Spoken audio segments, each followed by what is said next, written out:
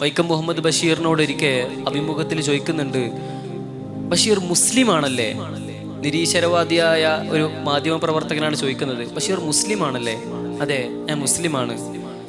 എന്താണ് ബഷീർ, അറുപഴഞ്ച മതമല്ലേ ഇസ്ലാം എന്ന് പറയുന്നത്? 15-ാം നൂറ്റാണ്ടിലെ കാട്ടറബികളെ സംസ്കരിക്കാൻ വേണ്ടി ഉണ്ടാക്കിയ ഒരു മതമാണോ ബഷീറിനെ പോലെ ചിന്തയും ബുദ്ധിയും വിവേകവും എഴുത്തുകാരനും ഒക്കെ ആയ ഒരാൾ വിശ്വസിക്കുന്നത്?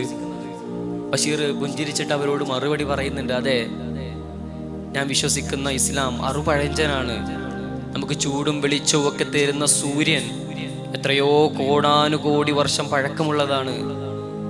മാത്രമല്ല നമ്മുടെ ഭൂമിയും ജലവും വായുവും ഈ ഭൂഗോളവും എല്ലാം എത്രയോ കോടിക്കണക്കിന് വർഷം പഴക്കമുള്ളതാണ്.